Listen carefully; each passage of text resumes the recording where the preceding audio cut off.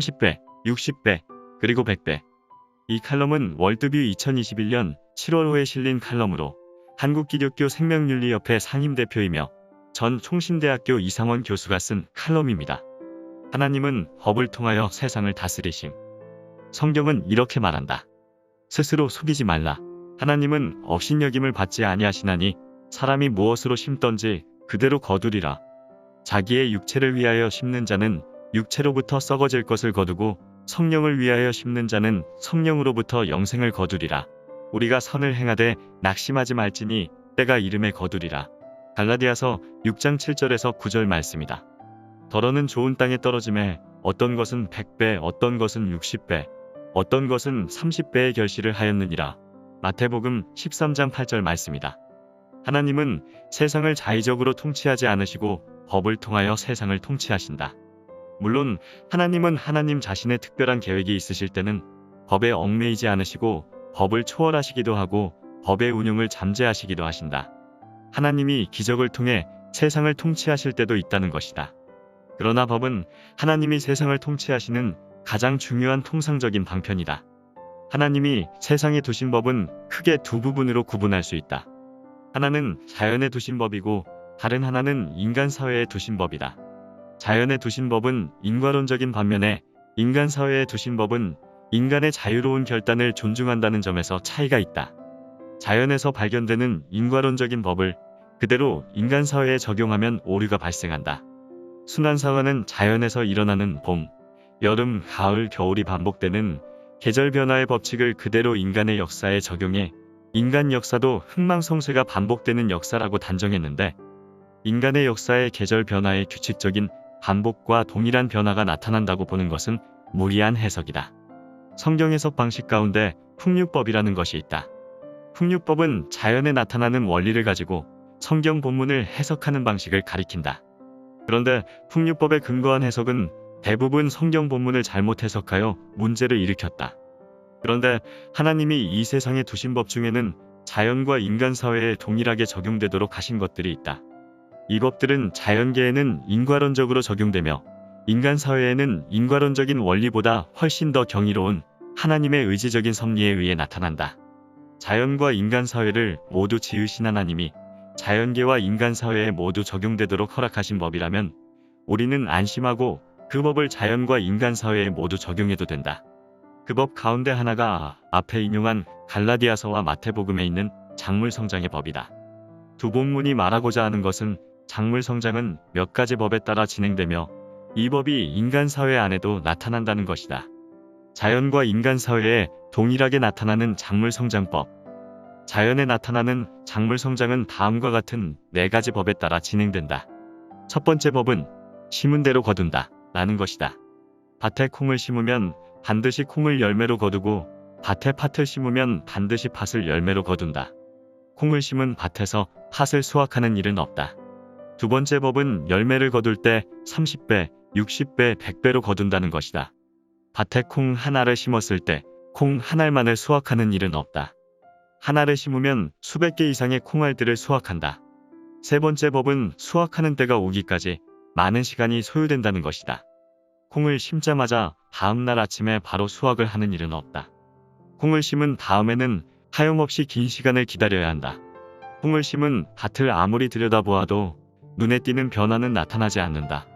때로는 가뭄이나 폭풍우 때문에 어려움이 찾아올 수도 있다. 이 모든 과정을 인내로 견뎌내야 한다. 네 번째 법은 수확하는 시점은 반드시 온다는 것이다. 이 법이 인간 사회에는 어떤 방식으로 나타나는가?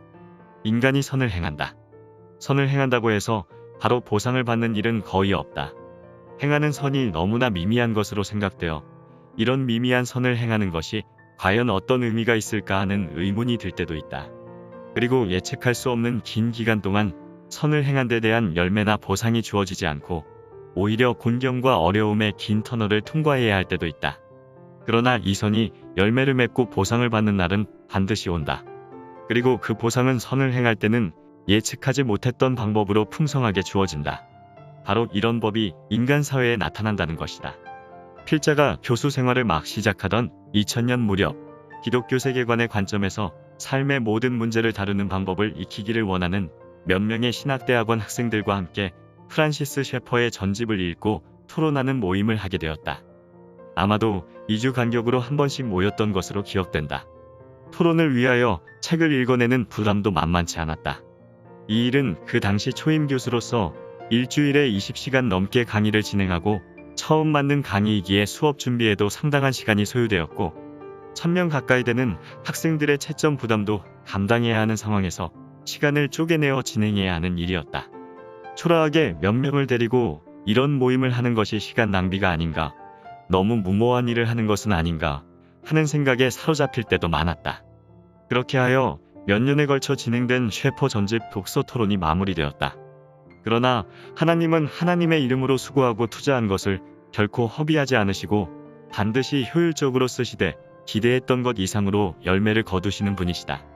이때 독서 토론한 것이 씨앗이 되어서 신학대학원과 일반대학원에서 2, 3년에 한 차례씩 셰퍼 강좌를 개설해 강의를 진행함으로써 수백 명 이상의 신학대학원생들이 기독교 세계관 훈련을 받았고 프란시스 셰퍼의 기독교 세계관과 윤리라는 책자가 출간되어 많은 사람에게 읽혔다.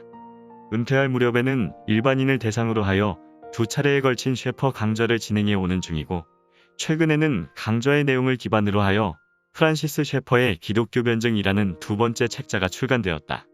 겨자씨와 같은 작은 독서 토론 모임을 가진 이후 20년이 지난 지금 결산해보니 30배, 60배, 100배의 열매를 거둔 것이다. 같은 상황이 경제활동과 관련해서도 나타날 수가 있다. A라는 사람에게 어린아들이 있었다. 이 아들이 어느 날 중병에 걸쳐서 시급한 치료를 해야 하는 형편인데 A는 너무 가난해 아들을 치료할 엄두를 내지 못하고 있었다. A에게는 B라는 친구가 있었다. B는 사업을 하는 친구로 상당한 재력을 지니고 있었다. A는 B에게 찾아가 긴급하게 도움을 요청했다. A가 요청한 금액은 1000만원 정도였다. 기독교인이었던 B는 1000만원을 투자하면 상당한 이익을 얻을 수 있을 것을 알고 있었고 가난한 A에게 돈을 빌려줄 경우에 사실상 돈을 돌려받지 못하리라는 사실을 알고 있었지만 투자하여 이윤을 남기는 것보다는 생명을 살리는 일이 더 중요한 가치라는 기독교적 관점을 받아들여 흔쾌하게 치료비를 빌려주었고 A의 아들은 치료를 받고 건강을 회복했다. 이 일은 B가 돈을 돌려받지 못한 상태로 일단락되었다. 이 일이 있고 난 뒤 30년 가까운 세월이 흘렀다. 건강을 회복한 A의 아들은 잘나가는 큰 기업 그룹의 총수가 되어 있었다. B는 그 사이에 사업이 잘 안 되어 회사와 재산을 다 잃고 월세방에서 근근히 생활하는 처지로 전락했다.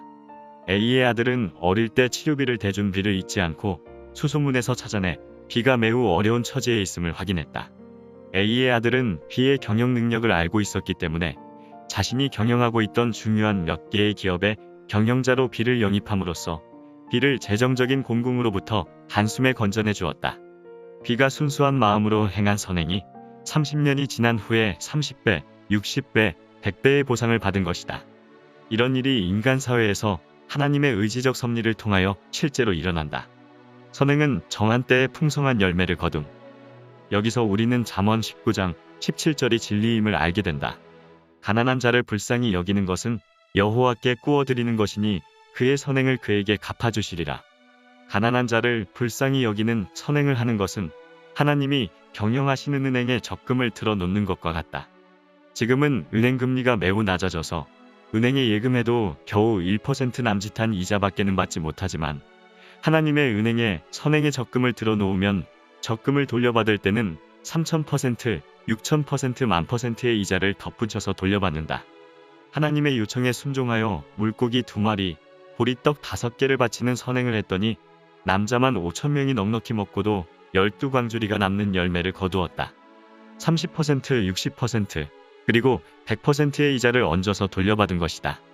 바로 이 경이로운 법이 인간 사회에서 일어난다는 것을 하나님이 친히 육성으로 보장해 주셨다. 선을 행한 자가 하나님이 정하신 때에 우리가 기대했던 것을 훨씬 능가하는 경이로운 열매와 보상을 받는다는 것은 종말의 날까지 적용되는 불변의 진리다. 따라서 기독교인들은 이 불변의 진리를 가슴에 담고 하나님이 원하시는 선이라면 눈앞에 바로 열매가 보이지 않고 오히려 많은 핍박과 어려움이 찾아오고 속이 타고 속상한 일들이 찾아온다고 하더라도 낙심하지 않고 그 선을 행하기를 힘써야 한다.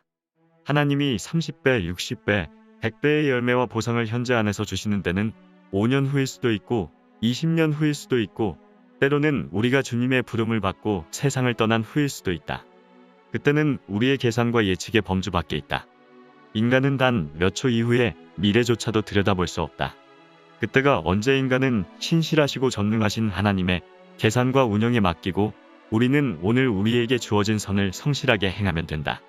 당장 눈에 잡히는 열매가 없어도 우리의 믿음, 세계에 관한 지식, 소명을 최대한 발휘하여 월드뷰의 좋은 믿음의 글을 쓰는 선한 일을 신실하게 수행해야 하는 이유도 바로 여기에 있다.